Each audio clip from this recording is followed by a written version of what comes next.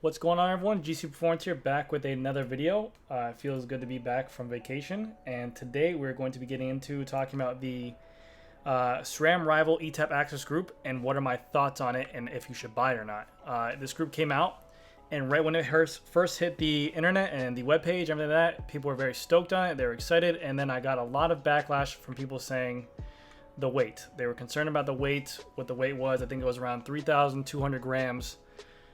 I get it, folks. I get the weight of it. I get it's going to be extremely heavy compared to what is normal, and you guys used to this lightweight stuff like that.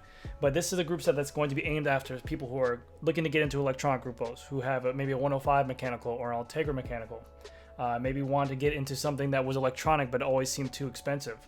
The price tag for a 2x setup, I think they have a 2x setup right here. Price tag for a 2x setup with a power meter, we're looking at, that's 1,600 USD. That's including chain cassette and batteries and chargers and everything like that with the power meter. That is an insane price point. I've been doing some full Tarmac SL7 builds with Sram Red grupos with power meters, chain cassettes, rotors. It's coming around $4,200. And then I've been doing some SRAM Force grupos with the 2x and power meters, and that's coming in chain cassette, everything like that, around like $2,600, $2,700. So we're talking about $1,600 for a price point where you could get a bike that has Shimano 105. Maybe you always want to dabble into getting electronic group sets. This is making it way more affordable for people, and it's not going to be I've also heard of the problem of people buying these top tier high-end bikes that are used, and then they run into a problem when the rear derailleur breaks that they have to replace a $600 Shimano Durex Di2 derailleur, or your front shifter goes because it breaks.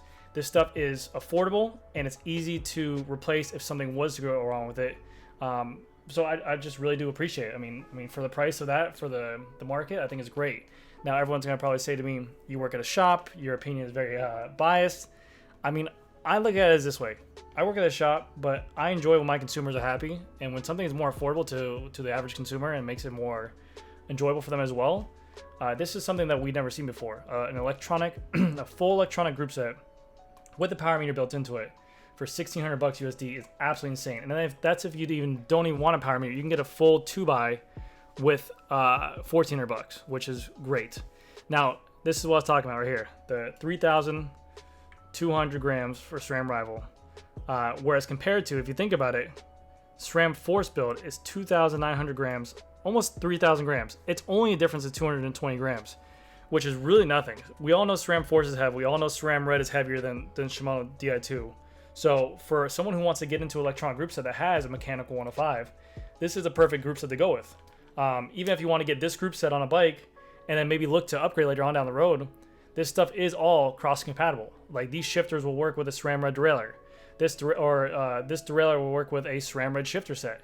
You can upgrade these things slowly but surely. But there are a few stipulations to the group set as well. There are a couple things that are not cross-compatible that I'll talk about right now. The cranks, for one.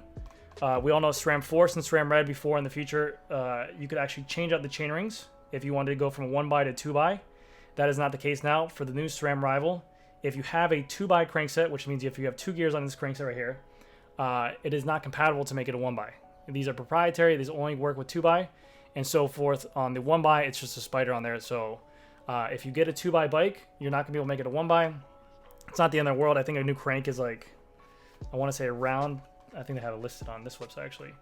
A new crank is around like $300, which ain't the end of the world. And we'll talk about that right there. Standard crank set, no power, $130, which is insane. So, I mean, think about it this way. If you want to change out your chainrings for SRAM Red to SRAM Force, it was probably around $130. For a whole crank set, non-power, you can get $130. So, I mean, it's very enticing of what you can do. All the mixes and matches are very great. That is the one thing that I want to say about this. SRAM Rival is going to be the cranks are not swappable. Also, the cassette is made out of one solid block of steel, or it's a full steel cassette. So it is going to be much heavier than the SRAM Force group set or the SRAM Red group set.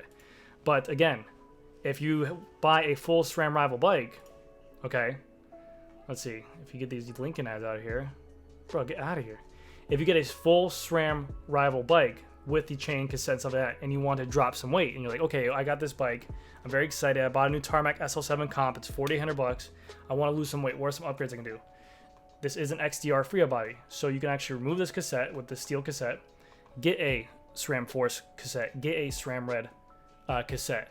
And these, like I said, the cassettes are cross compatible. Also the chains, this is the same flat top chain. They said that this is just going to be a nickel plated on here, or it's like a nickel covering, so it's not as shiny as a SRAM Red or SRAM Force. It looks a little more flat and dull. But yeah, I mean, there are ways to make this stuff lighter, and it gets you in the realm of maybe getting to a place that you can upgrade a bike. I've done a video back in the day where I said don't upgrade a entry-level bike because there's so many options stuff, or so many expenses that come out of nowhere, like replacing wheels and and you have to upgrade everything at once, and it did become more cost. It became way more money than what people expect. In this matter, where this is a $1,600 or a $1,400 group set for everything, you're getting rotors, chain, cassette. Now, granted, you might have to throw a new pair of wheels in there to get the XDR FreeBody body, because SRAM cassettes only take a specific FreeBody body. Let me say that again. SRAM only takes a specific cassette FreeBody body. What that means is that the SRAM cassette can only be mounted onto a XDR FreeBody body. So you would have to upgrade your wheels. But again, to get a full 2x group set or 12-speed 2x wireless shifting for $1,400 with chain, cassette, everything like that, I think it's great. And that would be worth the yield, or it would be worth the struggle of getting all that stuff. I don't think it'll be the same of buying like an Ultegra group set for $1,400 and throwing on there and new wheels and stuff like that. You know what I mean? So I definitely think it's worth debating to get a new pair of shifters, or I'm sorry, a whole new group set. Another cool thing about this group set is the range of cassettes they have. They're getting away from the 1026, which is a very common cassette size for South Florida. You've probably seen a lot of my videos, but they're going to a 1028, which is normal. They have a 1030, 1036, 1036. They have a 1028, 1030, and 1036, 1033. They have a lot of wide ranges for the cassettes on there.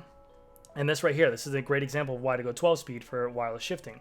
These charts are great. I mean, I've actually used these in terms of filling as well, but this is a competitor, like a Shimano, 5236 for the chainrings. Your cassette's going to be 1130 in the back. This is 11-speed. Going to a SRAM 12-speed, you get a 4835 chainring in the front. I know that smaller number looks scary, or less, you're like, oh, smaller number, not speed, bad. You get a 1030 cassette right here. You're getting a stronger cassette. You're actually getting a easier right here.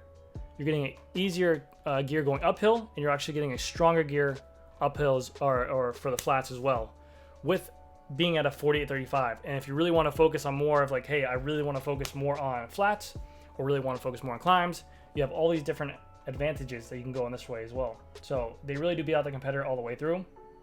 SRAM is killing it with this gearing upgrade, so I definitely recommend it. The power meter that they include in there is crazy. They're offering a AAA lithium batteries, which is amazing, 400 plus hours. The only thing I don't like is that because it's a single base spindle, riders do need to complete a 0 offset before each ride. To do this takes seconds, but keep that in mind that every time that you want to use that power meter and before you go on a ride, you do have to perform a 0 offset, which is not the end of the world. You just have to do something on your Garmin or for the power meter app, probably on the Axis app or something like that. You just perform a 0 offset, which literally takes probably, like I said, seconds, but it's just something you have to, one more step in your mental mind to do, which I'm sure if you buy this, you have that in your mind that you're going to be getting used to anyways. It's something like pumping up your tires before going for a ride. It's not the end of the world. But I do like the feature that you can add a crank arm or spindle, left crank arm and spindle price, or whatever you want to do to it for $350, which is really great for a base model group. You don't see these companies adding like Shimano adding a 105 power meter to their cranks. It's usually an off-brand company like Stages, so something very cool there. But yeah, I mean, and then also this jumps into a whole nother realm. I know this video is going on for a little bit, but this jumps into a whole nother realm of, if you want to buy this and make this a gravel build, you can have these rival shifters work with a GX mountain bike axis shifter and a GX cassette. Then you have a full-on gravel build for cheap. There's a lot of capabilities they can do. You're going to see diverges, specialized diverges. You're going to see gravel bikes from other companies being used with this stuff, and it's going to be more affordable for the consumers. Electronic stuff is the way to go. It's wireless. I mean, I get excited because I'm a mechanic, but for consumers as well, that means less maintenance for you guys. And with wireless stuff, it's usually pretty easy for us to solve. It's not as fishy on a cable or a cable snaps or troubleshooting where the problem is. Usually it's just either it's broken or it's not broken, and the mechanic can either fix it right away, or if you do have to replace a part, it's usually because of the fact that 2 reasons. It's manufacturer warranty and they'll cover it. Number 2 is you guys broke it and you're not telling us the reason why. So, but there usually is pretty quick fixes for it. So I'm really excited about it. I definitely recommend it. I don't see the weight being the biggest deal in the world. It's at an entry-level price point. I know you guys are going to say, again, entry-level, that's a crazy price point, but it's at a price point that everyone can afford for $1,400. I just think availability is going to be very hard to get. But you want to get electronic shifting, it definitely is very smooth. It's the same kind of shifting calibration or the same kind of shifting feel as SRAM Red or SRAM Force. They really just have to be honest with you, they just have to make this stuff heavier and and they make it cheaper. And it's literally the same. It's not like they're going in there and dumbing down the electronics to make it dumber and cheaper. It's literally the same exact stuff. They're just doling down the equipment, making it heavier equipment. So you're getting the same technology platform there, but you're going to be losing in weight. So, but in terms of efficiency, riding, climbing uphill, shift, smoothness, it is a really good Grupo. I've got to get my hands on it at a couple shops. I still have not seen mine in person, but I'm excited for it, man. I can't wait for this, and I hope this pushes Shimano to make even better stuff, because that's all we need is us as a community. Again, I am a bike shop employee. We own a store. I'm a mechanic, but in terms of me, if I'm able to sell nice products and if I'm able to see my customers on nice products, it makes my job that much easier. Honestly, I don't like selling people crap and having to deal with them every single time. I know people like to say, "Oh, you're just trying to make money off it." We're not making a fortune here. I like everyone to enjoy their bikes. I like working on nice stuff. I like you guys to ride nice stuff. That's it. That's what the main goal in this. So I definitely recommend it as a buy. There's a lot of stuff you can do to it. It's all cross compatible. You can upgrade these parts slowly but surely. You can buy SRAM Red Shifter, sell this rival. You can buy shifters. You can buy cranks. You can buy a cassette. You can do slowly stuff to get maybe one day that you thought a SRAM Red Grupo was unachievable. Now you have a achievable thing to do while riding really good quality stuff. So that's all I'm gonna say for that. Hopefully you guys enjoyed this video. Let me know if you guys have any questions, but I'm excited for it. I hope you guys are excited too. If you guys have any questions at all, feel free to leave it down in the comment section. I'll get back to you guys as soon as possible. And thank you guys again so much for watching, and I'll see you guys in the next video. Bye.